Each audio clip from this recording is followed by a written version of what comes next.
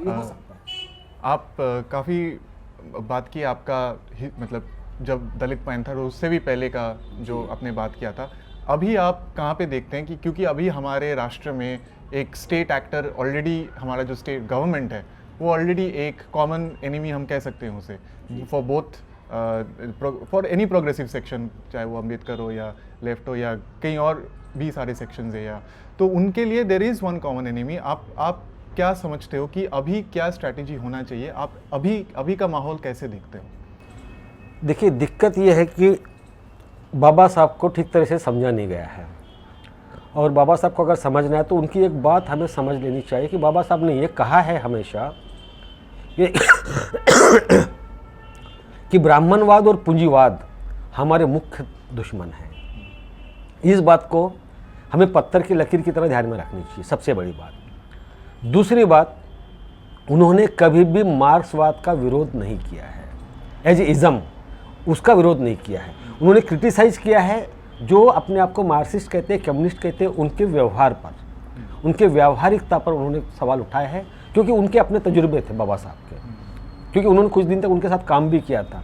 पहला जो स्ट्राइक था वो बाबा साहब के नेतृत्व में लड़ा गया था, मुंबई का मिल वर्कर्स का स्ट्राइक। तो बाबा साहब ने उनके साथ काम किया था, तो उनका अपने तजुर्बात थे, उन्होंने क्रिटिसाइज किया था व्यक्तिगत रूप पर।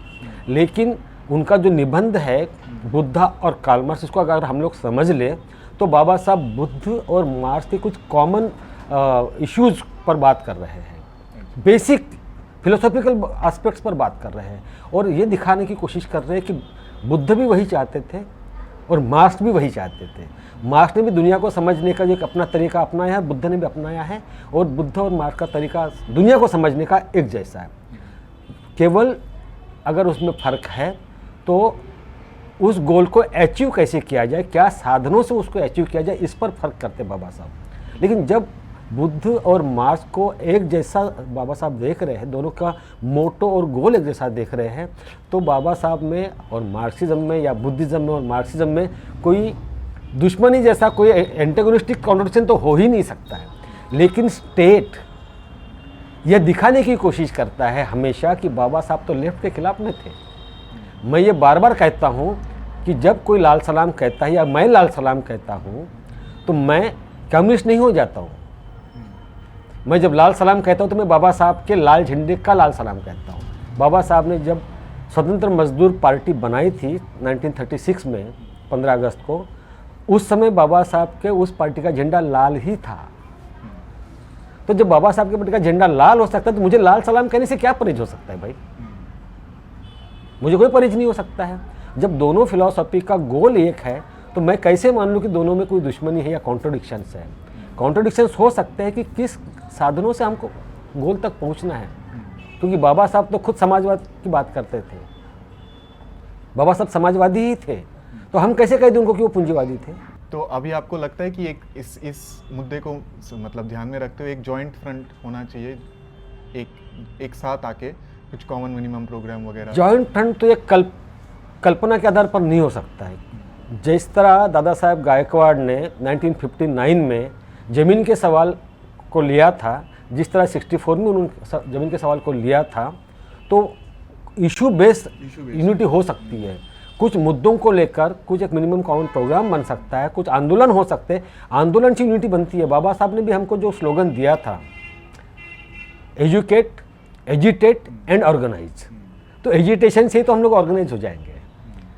रूम में बैठकर तो कोई यूनिटी नहीं होने वाली है।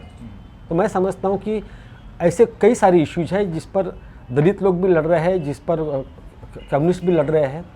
कम्युनिस्टों को जाति के सवाल पर अपना स्टैंड क्लियर करना पड़ेगा और व्यावहारिक धरातल पर बताना पड़ेगा। ये हमारा प्रोग्राम है जाति के उन्मूलन का, और उसी तरह दलित आंदोलन को भी ये बताना पड़ेगा कि हम भी पूंजीपति वर्ग को मटिया मेट करने की लड़ाई लड़ रहे हैं और ये हमारा एक कार्यक्रम है।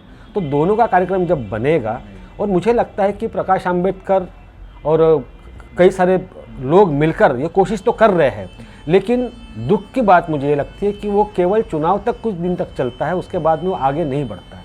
तो ये आगे बढ़ने की प्रोसेस हमेशा 24 घंटा जारी रहना चाहिए, 365 दिन जारी रहना चाहिए और सालों तक चलते रहना चाहिए, तब कुछ हो सकता है। लेकिन उसमें बहुत सारी अड़चनें हैं, अभी कई सारे लोगों पर इस स्टेट का प्रभाव है और अपने व्यक्तिगत स्वार्थ के लिए भी कई सारे नेतागण इस सिस्टम के पाले में चले गए हैं। तो लड़ाई तो कमज़ोर हो गई है हमारी, क्योंकि सिस्टम की ताकत तो उतनी ही है, हमारी ताकत से कुछ ताकत उनके तरफ जाने से उनका पलड़ा भारी दिखता है। दिक्कत यही है, अगर वो पलड़ा अगर हमको कम करना है तो उनसे हमारे दोस्तों को समझा बुझा कर आंदोलन में लाना पड़ेगा। नहीं भी आए मान लीजिए वो, तो जब जनता आंदोलन में उतर जाएगी और ये नेता लोग उनको सपोर्ट नहीं करेंगे तो उनका जो बार्गेनिंग कैपेसिटी है वो ख़त्म हो जाएगा। तो वो ना इधर के रहेंगे ना उधर के रहेंगे। तो मैं समझता हूँ कि इसको प्रैक्टिकल लेवल पर एक प्रोग्राम बनना चाहिए, तो ये संभव है। वीरा जी, आप हमें बता सकते हैं कि ये जो अभी एक पॉलिटिकल मूवमेंट तो चल रहा है, बट उसके साथ एक cultural movement to supplement that political movement, एक जॉइंट कल्चरल मूवमेंट, क्या आप सोचते हो कि ये कल्चरल मूवमेंट कैसे काम कर सकता है और एक साथ लोगों को मिलके कैसे काम कर सकता है? देखिए, मैं समझता हूँ कि कल्चरल मूवमेंट कोई अलग नहीं होता है, पॉलिटिकल मूवमेंट कोई अलग नहीं होता है। हमने जो देखा है महाराष्ट्र में, खास करके दलित पैंथर के आंदोलन में या नक्सलवादी आंदोलन में, क्योंकि ये दोनों आंदोलन उस समय हुए हैं जब मैं किशोरावस्था में था, तब तो मेरे जहन में ये दो आंदोलन ज़्यादा बसे हुए हैं। मैं ये देखता हूँ कि उस समय सबसे पहली बात देखा है कि लिटरेचर, कल्चर और पॉलिटिकल मूवमेंट, वो ये तीनों एस्पेक्ट एक दूसरे को कैसे आगे बढ़ाते हैं और तीनों एक दूसरे को दिशा निर्देश देते हैं। तो जैसे ही दलित पैंथर का आंदोलन कमज़ोर हुआ, दलित साहित्य आना भी बहुत कमज़ोर हुआ है, उसकी क्वांटिटेटिवली भी और क्वालिटेटिवली भी। और अगर आप अच्छा साहित्य नहीं दे सकते हैं तो एक अच्छा आंदोलन खड़ा भी नहीं कर सकते, क्योंकि साहित्य के द्वारा ही आप लोगों को वैल्यूज़ दे सकते हैं, उनको प्रेरणा दे सकते हैं, उनको बता सकते हैं कि आप क्या है। और दूसरी बात ये भी है कि आज ये कमज़ोर हुआ है, लिटरेचर का एक आंदोलन कमज़ोर हुआ है, हमारा कल्चरल आंदोलन कमज़ोर हुआ है, इसलिए हमको लगता है कि हम पॉलिटिकली थोड़े वीक हुए हैं।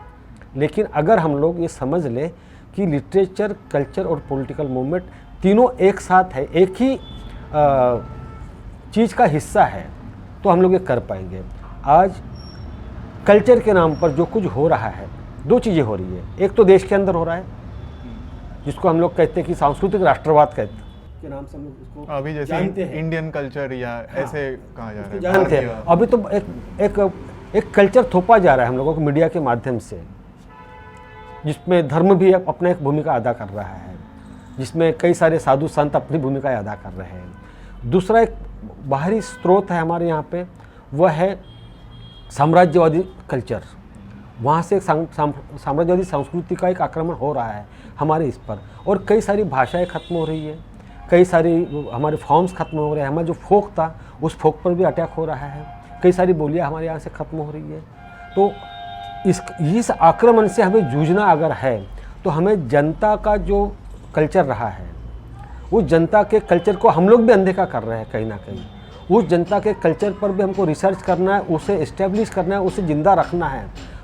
तभी जनता अपने कल्चर के माध्यम से इस पूंजीवादी और साम्राज्यवादी कल्चर से लोहा ले सकती है, और वही उसी संघर्ष से एक अच्छा राजनीतिक आंदोलन भी खड़ा हो सकता है। मैं ये समझता हूँ कि ये करेंगे हम लोग कई चीज़ों को दरकिनार कर देते हैं।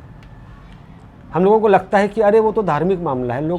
जब लोग मेले में जाते हैं तो मेले में जब अपने खुद के गाने गाते हैं वो कई किताबों में लिखे हुए नहीं है, वो मौखिक रूप से चले आ रहे हैं, लेकिन उन गीतों में भी उनका दर्द है, उनका आनंद भी है, उनका दर्द भी उसमें व्यक्त होता है। तो हमने उन चीज़ों को देखना है, उन चीज़ों का इस्तेमाल करना है, वो ड्रामा में भी करना है, वो सिनेमा में भी करना है। हम लोगों को वही संगीत का इस्तेमाल हम लोग कर सकते हैं, उस फॉर्म का इस्तेमाल भी हम लोग कर सकते हैं। इन चीज़ों को लेकर जनता का कल्चर ये हो सकता है।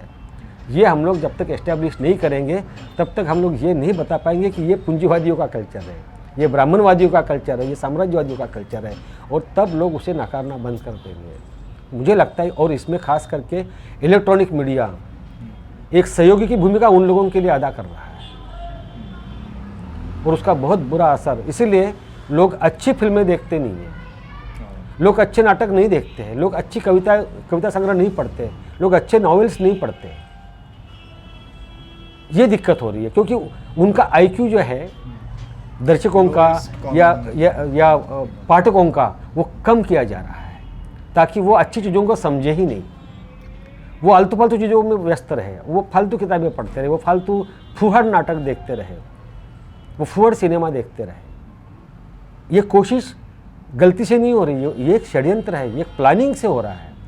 तो हमें उस प्लानिंग को समझना पड़ेगा और उसके खिलाफ में प्लान बनाना पड़ेगा। और ये केवल एक ग्रुप का या एक व्यक्ति का या एक संगठन का काम नहीं है, ये पूरे समाज का काम है। तो कई सारे संगठन का काम, मैं इप्टा कन्वीनर के रूप में इस कोशिश मुझे मेरे जहन में है कि मुझे क्या आगे क्या करना है। मैं कोशिश करूँगा इप्टा के प्लेटफॉर्म से कि इन चीज़ों को मैं प्रस्तुत करूँ लोगों के सामने में, दोस्तों के सामने में, और इस पर मैं काम करूँ। मेरी ये कोशिश है। धन्यवाद वीरा जी, बहुत बहुत धन्यवाद। Thank you so much for tuning in.